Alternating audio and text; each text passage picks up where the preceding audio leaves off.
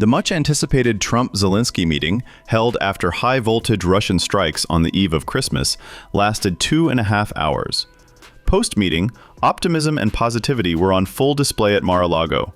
The meeting was described as terrific by U.S. President Donald Trump, while his Ukrainian counterpart called it a great meeting with great discussions on all the topics. But even with the upbeat tone, there was no evidence of tangible progress, and like previous talks this year, the meeting yielded nothing concrete. During the press briefing, there was still no clear answer on whether Ukraine would have to cede territory for peace, a key Russian demand reportedly backed by the US. While President Zelenskyy has not publicly accepted this, he hinted that any such deal could be put to a referendum. Uncertainty also remains over security guarantees. Despite Zelenskyy saying they were fully agreed with Washington, their details and ability to deter future Russian aggression remain unknown. After the meeting, Zelenskyy posted a series of updates on X about how the talks went and asked, "What did Ukraine achieve during the meeting with President Trump?"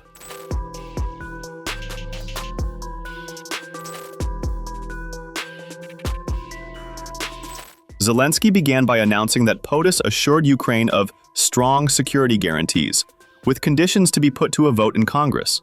Despite previous assurances on Truth Social, the Ukrainian president emphasized that he considered it a very strong agreement from the US side. In a follow-up post, Zelenskyy said he requested 50 years of security guarantees, and according to him, POTUS said he would consider it.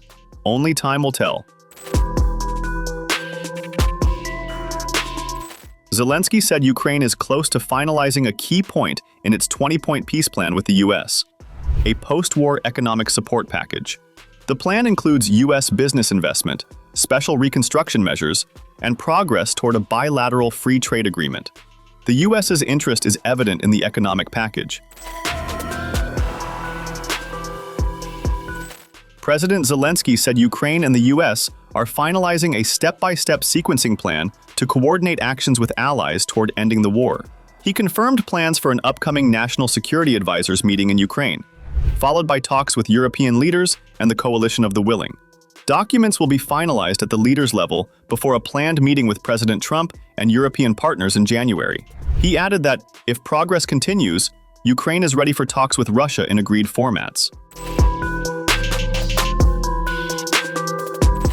President Zelenskyy said Ukraine and the US share a unified position that the war must end through diplomacy, with Russia pressured into talks.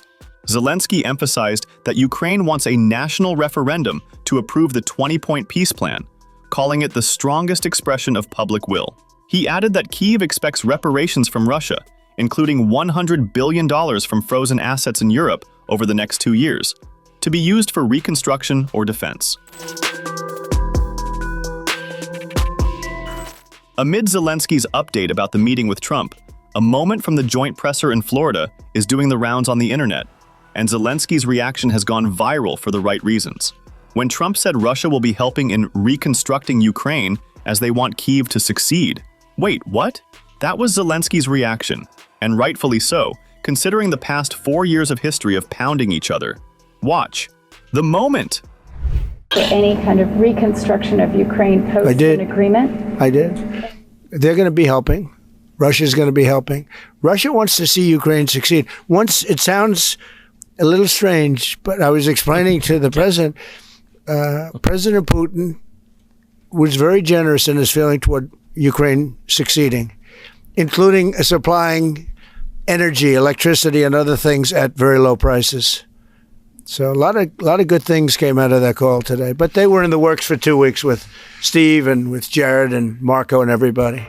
I saw a very interesting President Putin today. I mean, he wants to see it happen. He wants to see it. He told me very strongly. I believe him.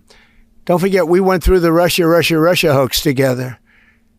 And he'd call me, I'd call him, I'd say, can you believe the stuff that they're making up? And it turned out we were right. They made it all up. And despite that, we didn't get into wars and we didn't get into problems, but we weren't able to trade very much or any of that, which was a shame because, you know, a lot of success could have been had by trading with Russia. They have great land, great minerals and other things, and we have things that they want very badly. But the Russia hoax, which was a terrible made-up fictional thing by Crooked Hillary and by Adam Shifty Schiff and bad people, sick people. They made it up. It was all a made-up hoax. But it kept us really from dealing with Russia, kept Russia dealing, from dealing with us. So, but despite that, we got along. And I don't know. I think we're going to get there. I know him very well. I think we're going to get there. Russia agree, or did Putin agree to a ceasefire to allow a referendum to take place? Not a ceasefire. And that's one of the points that we're working on right now. No, not a ceasefire. He feels that, look, they're fighting and to stop, and then if they have to start again, which is a possibility, he doesn't want to be in that position. I understand that position. The president feels strongly about that or something, but I think we're finding ways that we can get around that. But I understand President Putin from that standpoint. You have to understand the other side. And, I'm on the side of peace. I'm on the side of stopping the war. So, but I think that's a problem that's going to get solved, yeah. Would people who live outside of Ukrainians who fled during the war be allowed to participate in the referendum? What do you mean, people where live? The people that left. So if we speak about the people who are abroad, who are not on the territory of Ukraine, you mean that in Poland, in Germany, we have millions of people. Yeah, they have a referendum in the same of elections. In the same way how people come and vote, they have rights for this. And of course, they have to come. That's why if we will come to referendum, yes, if we will come to such decision, people need infrastructure for this. And it's not simple.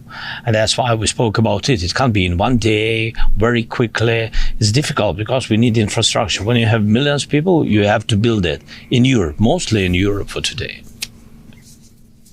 President Trump, I know you sound an optimistic note here, but what happens in a few weeks if things sputter? What are you prepared to do? They keep fighting, and they keep dying. No good. But if things don't happen, they keep fighting, and they keep dying.